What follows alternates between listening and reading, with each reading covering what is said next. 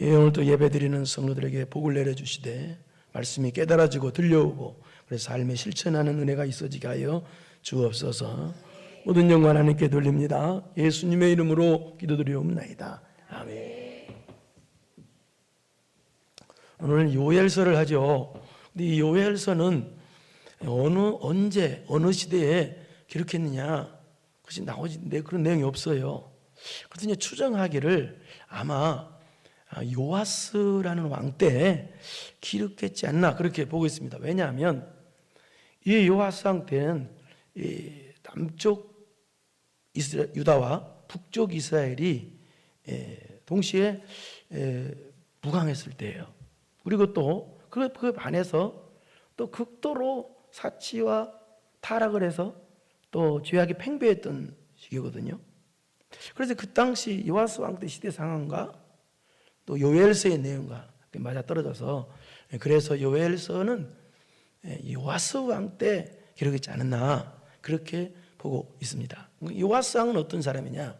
남쪽 유다의 8번째 왕인데요.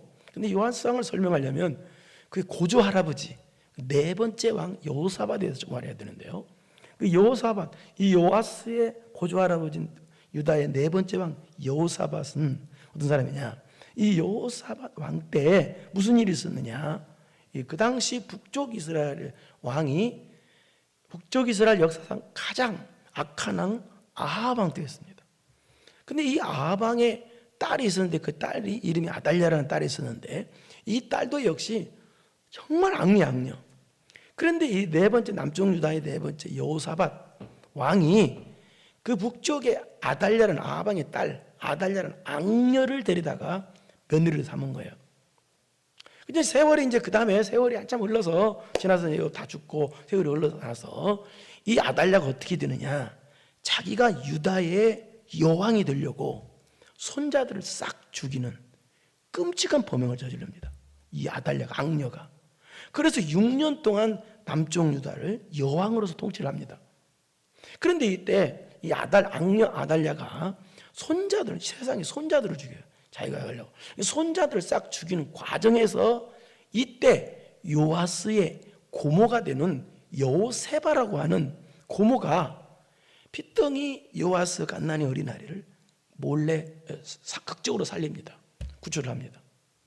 그래서 이 여호세바의 남편, 이 누구냐면 대제사장 여호야다인데요, 이름이.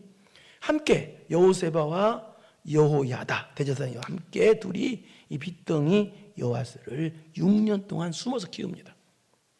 그래서 7년째 되는 해에, 그리고 7년째 되는 해에 이 대제사장 여호야다가 악녀 아달랴를 죽입니다. 그리고 7살짜리 요아스를 왕으로 세웁니다. 그래서 이 여호야다가 어린 요아스 왕을 돕게 됩니다. 그래서 요아스는요, 이 대제사장 여호야다가 도울 때는 나이가 어린데도 나라가 잘 돼요. 또 개인도 잘 됐어요. 그리고 또 신앙개혁, 종교개혁도 일으켜요. 대단한 일을 해요. 그런데 안타깝게도 이 대제사장 여호야다가 나이가 먹어 죽고 난 후부터 신기하게 이 요아스 왕이 돌변을 하기 시작합니다. 그래서 타락을 해요.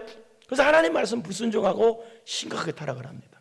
그래서 하나님께서 대제사장 죽은 여호야다의 아들 스가랴를 요아스 왕에게 보내서 경고의 말씀을, 책망의 말씀을 내립니다. 그랬으면 회개해야 되는데 요아스가 회개하지도 않고 어떻게 되느냐? 자기 생명의 은인인 대제사장 여호다의 아들 이 스가랴를 돌로 쳐 죽이는 악행을 저지릅니다. 끔찍하죠? 이것은 뭐냐? 이런 악행을 저지른 것은 바로 공개적으로 내가 아예 지금부터는 하나님 말씀 불순종하겠다라고 선포한 거나 다름이 없어요. 그럼 어떻게 되겠어요? 하나님 가만히 계시겠어요? 그래서 이후 요아스는 어떻게 되느냐? 이후 47살에 자기 신하들한테 비참하게 죽임을 당합니다. 요아스가. 그러면 왕이 죽으면 왕들의 묘소에 묻혀야 되는데 그리고 또 왕들의 묘소에 묻히지도 못합니다. 이 말은 무슨 말이냐? 백성들이 볼 때 너 같은 건 왕도 아니다는 거예요. 비참한 결과를 맞아요. 그러니까 이 요아스는 7살의 왕이 되어 40년 동안 통치할 때에 그때 대제사장 여호야다가 도울 때는, 신앙으로 도울 때는 참 잘했어요. 그런데 대제사장 여호야다가 죽고 나니까, 천국 가고 나니까 신앙의 조언자가 없어진 거예요. 신앙적으로 나를 도와주는 사람이 없어지니까 곧바로 타락을 해버려요. 그래서 비참하게 인생을 마친 게 요아스 왕이었다, 그 말입니다. 이 요아스 왕 때 그래서 무슨 일이 나느냐? 비가 안 해요. 비가 안 내려. 그래서 극심한 가뭄, 기근, 재앙이 생기게 돼요. 근데 거기다가 또 엎친 데로 엄청난 메뚜기 떼가 닥쳐가지고 그냥 다 갉아먹어버려, 남은 거. 그러니까 아무것도 먹을 게 없는 거예요. 그런 심각한 재난이, 2가지 재난이 닥치게 됩니다. 그래서 하나님께서 이때 요엘 선지자를 세우셔서 백성들에게 너희들 이 재난이 왜 왔느냐? 우연히 온 게 아니다. 너희들이 하나님 앞에 범죄했기 때문에 하나님의 심판에 이런 재난이 왔다. 그러니까 빨리 회개해라. 이런 재난이 온 건 너희들 범죄 때문에 하나님의 재난을 허용했으니까 빨리 회개해 를 외친 것이 요엘서입니다. 그래서 요엘서의 핵심 내용은 뭐냐? 회개입니다. 회개. 요엘서는 회개. 여러분, 회개가 뭐겠습니까? 회개는 딱 3가지가 있습니다. 3가지가 갖춰져야 회개입니다. 3가지. 첫째는 뭐냐면 이 3가지가 갖춰져야 회개예요. 잘 기억하십시오. 회개가 뭐냐? 3가지가 갖춰져야 회개예요. 그 3가지가, 첫째가 뭐냐? 하나님께서 말씀으로 죄라고 말씀하신 거, 그걸 인정하는 게 회개예요. 첫째. 그리고 내가 죄인이라고 인정하는 거. 그러니까 내가 죄인이고 하나님께서 죄라고 한 걸 이건 죄다라고 인정하는 거. 죄라고 인정하고 내가 죄인임을 인정하는 게 첫째 회개예요. 그게 첫째예요. 그리고 또 여기서 요엘서에서 회개하라고 외친 것은 안 믿는 이방 사람에게 회개하라고 한 게 아니에요. 하나님을 잘 믿고 있는 성도들에게 회개하라고 한 거예요. 그러니까 나는 신앙생활 잘하고 있는데 회개할 거 없어. 그러면 안 된다는 거예요. 오늘 요엘서에 외친 것은 신앙생활 잘하고 있는 저와 여러분들에게 회개하라고 한 거예요. 내용이 요엘서의 내용이에요. 그러니까 그 신앙생활 잘하고 있어도 나는 죄인이야. 죄를 인정하라는 얘기야.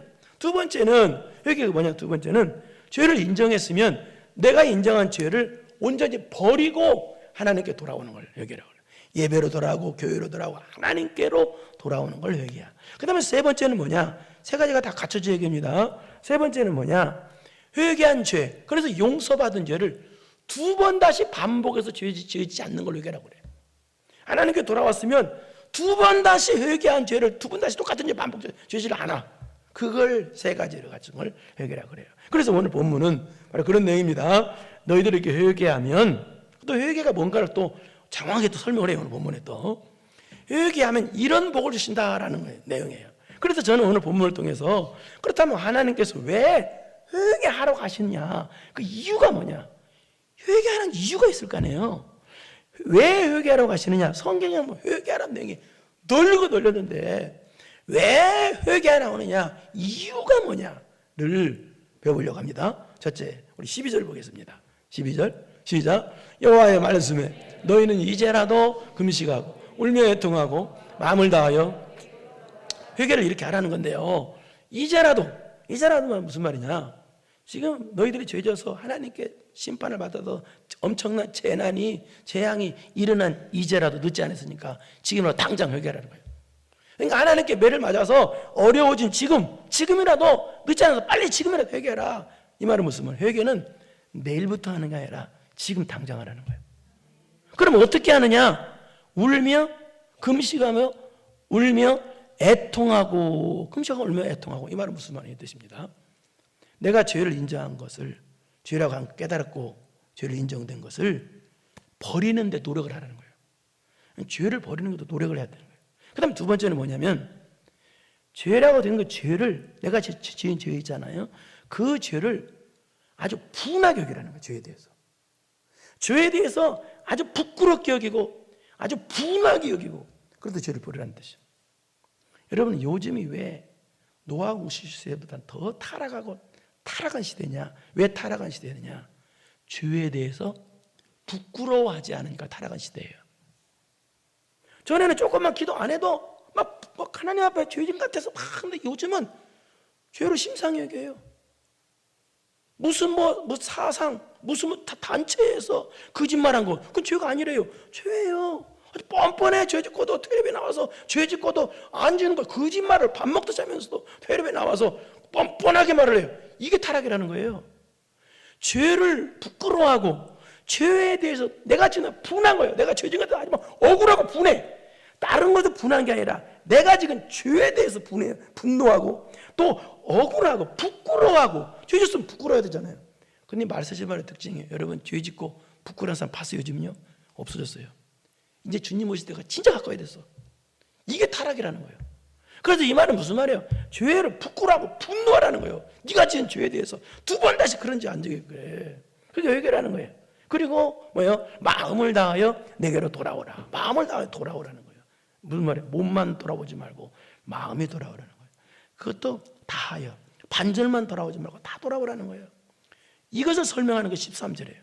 시작. 너희는 옷을 찢지 말고 너희 하나님 여호와께 돌아올지어다. 그는 은혜로우시며 자비로우시며 노하기를 더디하시며 이내가 끝이사 뜻을 돌이켜 재앙을 내리지 아니하시. 너희는 옷을 찢지 말고 마음을 찢고. 이 말은 무슨 말이냐? 이 당시 이스라엘 백성들은요, 회개할 때 옷을 찢는 습관이 있었어요. 그렇게 하지 말라는 거예요. 옷 찢지 말고 마음 찢으라는 거예요. 여기 마음 찢으라는 말은 무슨 말이냐? 온전한 마음의 변화를 가져오라는 뜻이에요. 여러분, 사람이 회개하면 겉모습도 달라지죠? 달라지지 말라는 얘기가 아니에요. 그런데 겉모습은 회개하고 깨끗한 척 했는데 속에는 시기와 질투와 미움과 원망과 불평과 정욕과 음란과 욕심이 가득하다면 그 사람은 회개한 사람이 전혀 아니잖아요. 회개는 내 마음의 온전한 변화가 회개예요. 그냥 겉만 깨끗하게 해놓고 속은 안 깨끗해. 그건 회개가 아니라는 거예요. 세상 사람들은요, 거지를 더럽다고 그래요. 그렇죠? 깨끗하게 옷 입은 사람은 깨끗하다고 그래요. 이건 세상이에요. 근데 하나님은 전혀 그렇지 않아요. 네 속마음이 뭐가 들었냐는 거예요. 씻지 말라는 얘기 아니에요. 씻으세요, 깨끗이. 그러나 네 속이 더러운데 네 속이 안 씻었는데 안 된다는 거예요. 그게 그거예요. 하나님은 내 속이 더럽냐 안 되냐 그걸 보신다는 거예요. 그러면 회개한 사람, 여호와 그럼 그렇게 하고 마음을 씻고 어떻게 해라? 하나님께 돌아오라. 근데 하나님은 어떤 하나님? 여기 보니까 너희 하나님이 여호와, 너희 하나님이야. 무슨 말이에요? 전능하신 하나님이 바로 나의 하나님이라는 거예요. 나의 개인적인 하나님이라는 거예요. 근데 돌아오는데 어떻게 돌아오느냐? 무서운 하나님이냐? 그 하나님은 아니라는 거예요. 우리가 돌아갈 하나님은 어떤 하나님이냐? 시작. 은혜로우시며 자비로우시며 노하기를 더디하시며 인애가 크시사 뜻을 돌이켜 재앙을 내리지 아니하시는 하나님께 돌아오라는 얘기예요. 그러니까 죄를 버리고 이런 하나님께로 내가 하나님께 돌아간 하나님은 이런 좋으신 하나님이라는 걸 알고 하나님께 돌아가는 데까지가 회개라는 거예요. 이렇게 회개하면, 이게 회개요. 이렇게 회개하면 어떤 복을 주냐? 14절로 봐요. 회개하면 시작. 주께서 혹시 마음과 뜻을 그 뒤에 복을 내리사 너희 하나님 여호와께 소제와 전제를 드리게 하지 아니하실려니 누가 알겠느냐. 이 말은 회개하면 그 뜻입니다. 주께서 혹시 회개하면 마음과 뜻 돌이키시고 회개하면 그 뒤에 뭘 내준다? 복을 내리신다는 복을. 근데 복이 어떤 복이냐? 어떤 복이냐? 잘 봐봐요. 너희 하나님 여호와께 소제와 전제를 드리게 하지 아니하실는지 누가 알겠느냐? 어떤 복이에요? 소제와 전제를 드리게 해주시는 복. 무슨 얘기예요? 예배가 회복되는 복이라는 거예요. 이 말은 무슨 말이냐? 이 뜻입니다. 회개한 사람이 드리는 예배를 받으신다는 뜻이에요. 이게 회개하면. 이 말은 무슨 말이냐? 그러니까 첫째로 왜 하나님께서 우리에게 회개하라고 하시느냐? 그 회개하라신 이유가 뭐냐? 첫째로 이겁니다. 회개한 사람이 드리는 소제와 변제여야만. 소제와 변제가 뭐예요? 이거 바로 예배입니다. 예배. 오늘 예배. 쉽게 말해서 그러니까 회개한 사람이 드리는 예배여야만 하나님께서 그 예배를 받으실 수 있기 때문에 예배를 받으시기 위해서 회개하라고 하셨다는 뜻이에요.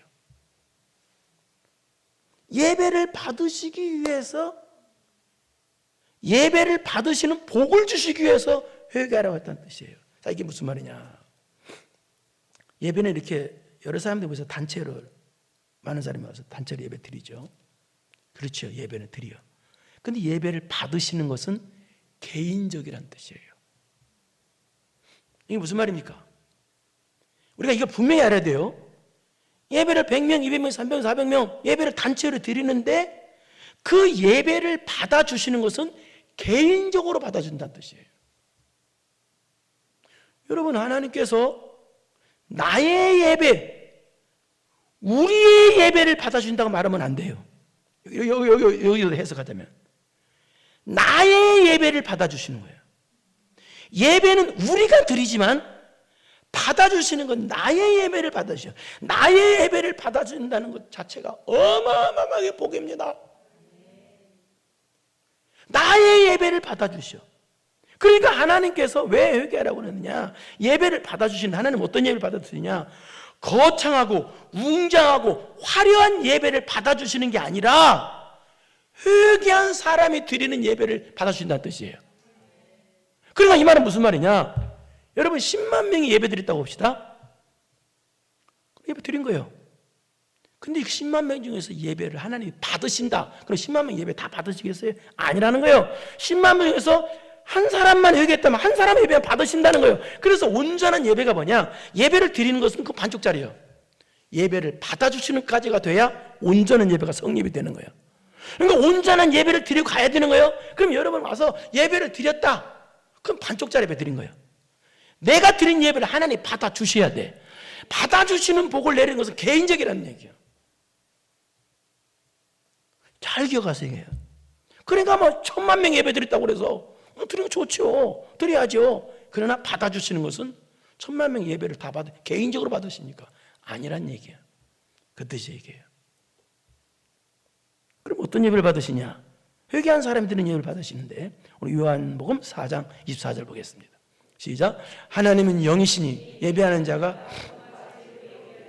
영이시다. 이 말은 무슨 영적으로 예배를 드리라는 거예요. 이 말은 하나님 영이시니까 영적인 예배. 무슨 말이면 성령으로 거듭난 사람이 영이신 하나님과 교통하는 예배, 성령의 감동 예배를 드리는 또 진리로 예배 드리라는 거예요.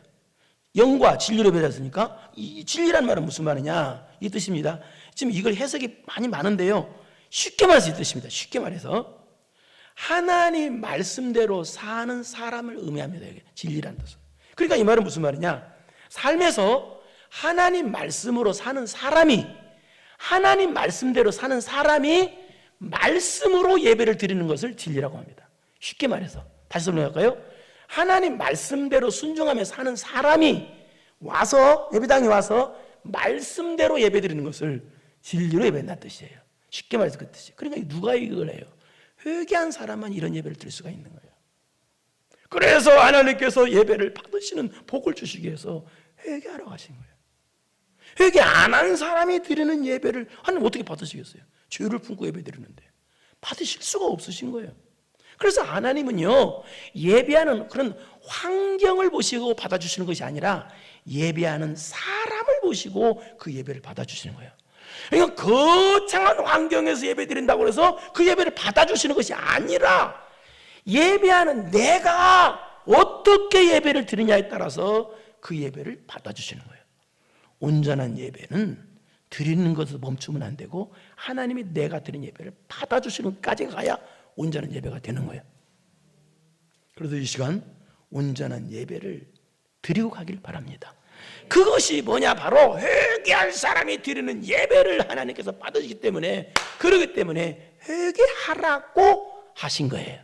잘 기억하십시오. 할렐루야. 그 다음에 두 번째는 왜 하나님께서 회개하라고 하셨느냐? 따라서 합시다. 불쌍히 여겨주시려고. 15절을 보겠습니다. 15절 시작. 너희는 시온에서 나팔을 불어 거룩한 금식을. 여기 시온에서 나팔을 부르라. 이 말은 무슨 말이냐? 시온은 교회를 상징합니다. 교회에서 날짜를 정해서 다 오게 만들어서 금식을 해라. 이 말은 무슨 말? 금식하면서 회개하라는 뜻인데요. 금식하라. 이건 금식은 뭐냐? 금식은 왜 하냐? 가난한 마음 되기 위해서 하는 겁니다. 아시겠어요? 그 다음 두 번째는 겸손해지기 위해서 하는 것입니다. 세 번째는 간절해지기 위해서 하는 것입니다. 이게 금식하는 조건이에요. 금식을 나의 어떤 금식하면 문제가 해결되고 그래서 금식하는 게 아니에요. 금식하는 건 뭐라고? 가난한 마음 되기 위해서 하는 거예요. 금식 목적이 그거예요. 두 번째는 겸손한 마음 되기 위해서 금식하는 거예요. 세 번째는 간절한 마음 회복하기 위해서 금식하는 거예요. 그게 다른 건 금식하지 마요. 다른 건 금식할 목적이 대상이 되지는 않는 거예요. 그래서 금식하고 나서 사람이 교만해졌다. 금식 안 한 거예요, 그 사람은. 그래서 금식을 안 하고 금식하면서 회개하는데, 그럼 회개할 대상이 누구냐? 16절로 봐요. 회개 대상. 시작. 백성을 모아 그 모임을 거룩하게 하고 장로들을 모으며 어린이와 젖 먹는 자를 모으며 신랑을 그 방에서 나오게 하는 신부도 그 신랑에서. 이 말은 무슨 회개 대상을 말하는데요. 회개 대상은 누구나 다 된다. 특별히 신랑과 신부, 신혼부부까지도 회개해야 된다는 거예요. 여러분 신명기 24장에 보면은요, 신혼부부는 1년 동안 모든 것을 면제가 됐어요. 특히 신랑은, 신혼부부의 신랑은 군대 가는 것도 면제가 됐어요. 오늘 말하면. 근데 이 말은 면제가 됐다는 말은 무슨 말이냐? 이런 의미가 있어요. 가정을 소중히 여겨라. 상대방을 서로 소중히 여겨라. 그런 의미가 있어요. 근데 회개의 입장에서는, 회개하는 데서는 이런 모든 것이 면제가 되는 신혼부부까지도 회개는 면제가 안 된다는 거예요. 신혼부부도 당장 회개해야 된다는 거예요. 어린아이도, 노인도, 회개에는 예외되는 사람이 아무도 없다는 거예요. 목사고 집사고 장로고 다 회개해야 된다는 거예요. 회개해서 예외는 아무도 없다. 그런 뜻이에요. 그래서 17절 보세요. 시작.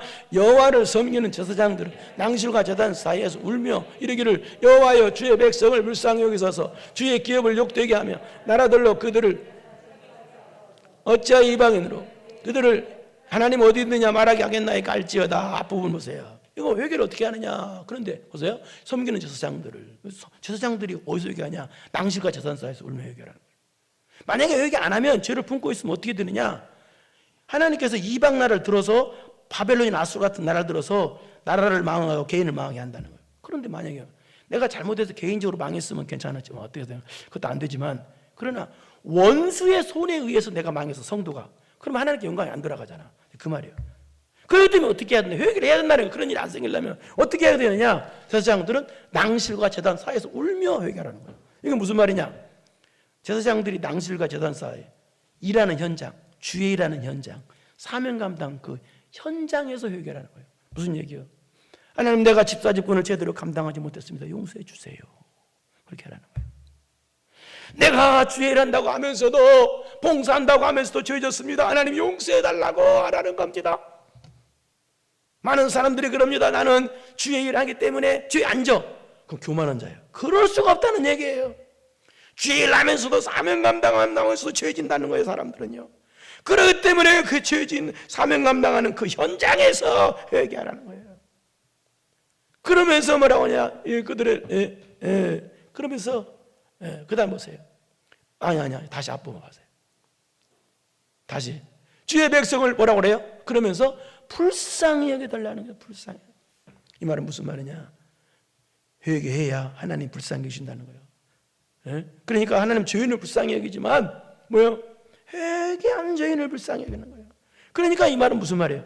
왜 회개하라고 그래요? 우리를 불쌍히 여겨주시기 위해서 회개하라고 하는 거예요. 18절로 봐요.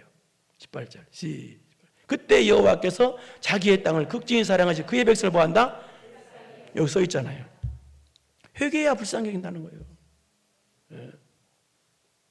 왜? 하나님은 죄인을 불쌍히 여기지만요, 죄인이 갖고 있는 죄까지는 불쌍히 여길 수가 없거든요. 그래서 회개하라는 거예요. 그래서 하나님께서 우리를 불쌍히 여기시고 싶으셔서 우리의 죄를 갖다가 예수님께 대신 짊어지게 하시고 십자가 달려 죽으시게 하시고, 그래서 죄에 대한 예수님을 통해서 죄를 다 해결해 주시고 우리를 사랑해 주시고 우리를 불쌍히 해주신 거예요. 그럼에도 이런 은혜 있음에도 불구하고 우리가 죄를 품고 있으면 성도가, 그럼 어떻게 하나님이 그 사람을 사랑해 주며 어떻게 하나님 불쌍히 해 주시겠냐는 거예요. 하나님은 죄인을 사랑하지만 불쌍히 여겨주시면, 그러나 죄를 품고 있는 회개하지 않는 죄인까지는 불쌍히 여길 수가 없다는 얘기입니다. 그래서 회개라는 얘기요, 불쌍히 여겨주고 싶으니까 너를 하나님이 여러분을 불쌍히 여겨주고 싶으시대요. 그래서 하나님, 그러면 여러분 생각할 때 육적으로 가난하고 어려움 당한 사람은 불쌍히 여기겠다 하나님이? 그렇지 않습니다. 여러분 그렇다면요, 가난한 사람을 불쌍히 여긴다면, 잘 보세요. 그럼 이 세상에서 제일 가난한 북한을 하나님 불쌍히 여기시게요? 예? 그렇지 않습니다. 누구를 불쌍히 여겨요? 죄를 회개한 사람. 불쌍히 여긴다 뜻이 이 뜻이에요. 물론 우리가 동정을 하고 긍휼히 여겨서 돕고 그런 사람 도와야 되겠습니다만, 그러나 하나님의 불쌍히 여기심은 육적으로 가난하다고 해서 불쌍히 하는 게 아니란 얘기입니다. 딱 하나라는 거예요. 죄를 버릴 때, 알겠습니까? 회개할 때, 그때 불쌍히 한다는 거 잘 기억하십시오. 예? 그래서 죄를 품고 아무리 선행을 해도 아무 별볼이 없는 거예요. 예? 그 다음에 세 번째, 따라잡시다. 회복의 은혜 주시려고. 회복의 은혜 주시려고 회개라는 거. 21절 뛰겠습니다. 시작. 땅이여 두려워하지 말고 기뻐하며 즐거워할지어다 여호와께서 큰 일을 행하셨네. 회개한 사람에게 큰 일을 행하신다는 거. 여기 큰 일이라는 말은 무슨 말이냐? 원수를 갑자기 멸망하게 하시고 회개한 사람들을 구원해 준다는 뜻이에요. 그러니까 왜 회개하라고 하느냐? 구원해 주시려고 회개하는 뜻이에요. 이 뜻은요. 그러면서 22절 보십시오. 시작. 들짐승들아 두려워하지 말지어다. 들의 풀이 싹이 나며 나무가 열매를 맺으며 무화과나무와 포도나무가 힘을 낸다. 이 말은 무슨 말이냐? 회개하지 않을 때는 메뚜기 재앙도 오고 기근 재앙도 오고 다 와서 풀이 없으니까 짐승들이 먹지 못했어요. 근데 이제 회개하니까 하나님께서 이른 비와 늦은 비를 내리시니까 짐승들이 먹을 수 있잖아요. 풀이 나니까. 그래서 짐승들아 두려워하지 말라 이렇게 한 거예요. 그러니까 이 말은 무슨 말이냐? 회개하면 모든 면이 다 회복된다는 뜻입니다. 왜 회개하라고 그랬어요? 회복시켜 주시려고. 할렐루야. 여러분 회개해야만 회복이 돼요. 어떤 면? 영적인 것, 육적인 것 다 회복시켜 주려고. 그럼 영적인 회복, 육적인 회복이 뭐냐가 23절. 시작. 시온의 자녀들아 너희는 너희 하나님 여호와로 말미암아 기뻐하며 즐거워할지어다. 그가 너희를 위하여 비를 내리시되 이른 비를 너희에게 적당히 주시니 이른 비와 늦은 비가 예전과 같을 것이라. 자, 여기 우리가 하나님께 회복시켜 주시면 기뻐하고 즐거워하고 된다는 그런 뜻도 되지만, 이 말은 무슨 말이냐? 그 뜻도 되지만 또 무슨 뜻이냐? 영적으로 회복하는 것이 뭐냐는 거예요. 영적으로 회복하고 또 쉽게 말해서 하나님 영적인 회복을 주는데, 이 말은 쉽게 말해서 우리가 회개하면 어떻게 되느냐? 우리가 하나님이 기뻐진다는 거예요. 회개하면 예배가 기뻐진다는 거예요. 내 기도하는 그 시간, 그때 가장 즐겁다고 그랬잖아요. 회개하면 예배가 기뻐지고 기도가 기뻐지고 교회가 기뻐지고 회개하면. 근데 회개 안 하면 하나님이 안 기뻐진다는 뜻이에요. 회개 안 하면 예배가 안 기뻐. 텔레비만 기뻐지고 회개 안 하면, 죄를 품고 있으면, 죄를 해결하면 예배가 즐겁습니다. 죄를 회개하면 영적인 것이 행복합니다. 꼭 들으십시오, 이 말을. 죄를 해결받아야 하나님께 주시는 것이 영적인 것이 기쁜 거예요. 여러분들은 왜 예배당에서 안 기쁜지 아세요? 죄를 떨쳐버리지 않아서 그래요. 죄도 뭔지도 모르고 있고. 또 그렇다면 이런 영적인 복을 주시는데, 그렇다면 회개한 사람에게 기뻐지는 복, 그런데 육적인 복은 안 주시냐? 주시는 거예요. 어떻게 주시느냐? 비를 내리시되 이른 비를 적당히 내리시되 이른 비와 늦은 비가 시작 예전과 같을 것이라. 여기 예전과 같다는 말은 우리가 갈면서 최고로 좋았던 때처럼 주신다는 뜻이에요. 최고로 좋았던 때처럼 너에게 주겠다. 물론 영적인 복도 됩니다, 이게. 그러니까 회개하면 이런 영육간의 복을 주시겠다. 또요, 또 24절 시작. 계속 읽어보겠습니다. 시작. 마당에는 밀이 가득하고 독에는 새 포도주와 기름이 넘치로다. 누가 한 사람? 누가에게? 회개한 사람에게. 25절 시작. 내가 전에 너에게 보낸 큰 군대 곧 메뚜기와 느치 왕증과 밭정과 먹은 횟수대로 너에게 손해난 것대로 복으로 대신 갚아주겠다는 거예요. 누가? 회개한 사람에게. 26절 시작. 너희는 먹되 풍족이 먹고 너에게 놀라운 일을 행하신 너희 하나님 여호와의 이름을 찬송할 것이라. 내 백성이 영원히 수치를 당하지 아니하리로다. 누구에게? 회개한 사람에게 이런 회복의 은혜를 주신다는 것입니다. 얼마나 회복시켜주고 싶으셨으면. 여러분, 왜 더러운 사람한테는, 마음의 죄를 품고 있는 사람한테는 하나님이 회복의 은혜를 주실 수가 없으신 분이요. 그러면 하나님 거짓말하는 거예요. 죄를 품고 있는 사람한테 회복의 은혜 주시면 하나님 거짓말하는 거라니까. 성경 말씀 다 거짓말이라니까. 그렇게 되면, 그렇기 때문에 여러분이요, 회개하는 게 그렇게 복입니다. 그래, 마지막 네 번째로 우리 27절까지 했죠. 왜 회개라고 하시느냐? 읽어봐봐요. 기가 막혀요. 시작. 그런즉 내가 이스라엘 가운데 있어 너희 하나님 여호와가 내고 다른 이가 없는 줄을 너희가 알 것이라. 내 백성이 영원히 수치를 당하지 아니하리로다. 또 나오네요. 이거 뭐예요? 내가 이스라엘 가운데 있어. 무슨 얘기야? 왜 회개하라고 하느냐? 하나님이 여러분과 함께 계시고 싶으셔서. 죄와는 하나님, 거룩하신 분이기 때문에 죄와는 우리가 마음속에 죄를 품고 있으면 하나님이 계실 수가 없으신 거예요. 내 마음이 더러우면. 사도행전 2장 38절 한번 보세요. 시작. 베드로가 이르되 너희가 회개하여 각각 예수 그리스도 이름으로 세례를 받고 죄사함을 받으라. 그리하면 성령의 선물을 받으라. 이게 무슨 말이에요? 회개해야 성령, 영이신 하나님이 내 안에 계신다는 뜻이에요. 죄를 없애야. 다시 17절. 이게 그 말입니다. 27절도 그 말입니다. 그런즉 회개하면 내가 이스라엘 가운데 있어 너희들 가운데 계시겠다는 거 하나님. 왜 회개하라고 하느냐? 이유가, 회개하라신 이유가 바로 여러분과 함께 계시고 싶으셔서 회개하라고 하신 거예요. 내 마음이 얼굴 씻었다고 깨끗하다고 외모가 그게 아니라고 그랬어요. 분명히 내 심령이 지금 어떤 심령 갖고 있냐는 얘기예요. 내가 정말 하나님 때문에 기뻐하고 있냐는 얘기예요. 내가 이 세상 것보다 예수님을 가장 사랑하고 있냐는 얘기예요. 그건 손으로 나오는 게 아니라 내 마음으로 지금 앞으로 그러고 있냐는 얘기예요. 내가 주님을 재림을 사모하고 있냐는 얘기입니다. 사랑하는 성도 여러분, 나는 회개할 것이 없다. 만약에 그런 성도가 만약에 있다면 그 사람은 은혜 받을 것도 없는 사람입니다. 나는 회개할 것이 없다 하는 사람은 그 사람은 복 받을 것도 전혀 없는 사람입니다. 그리고 교만한 사람입니다. 그리고 회개가 얼마나 복이라는 걸 모르는 사람입니다. 왜 하나님께서 회개하라고 하세요? 그 이유가 뭐예요? 회개한 사람이 드리는 예배만을 받으실 수가 있기 때문에 예배 받으시는 복을 주시려고.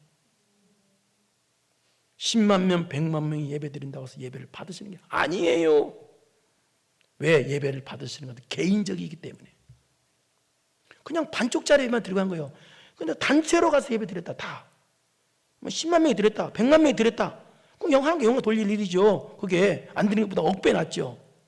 근데 예배를 받은 건 10만 명, 100만 명 단체로 하나님이 다 받으시는 게 아니란 얘기예요. 개인적으로 받으신다는 거예요. 그게 뭐예요?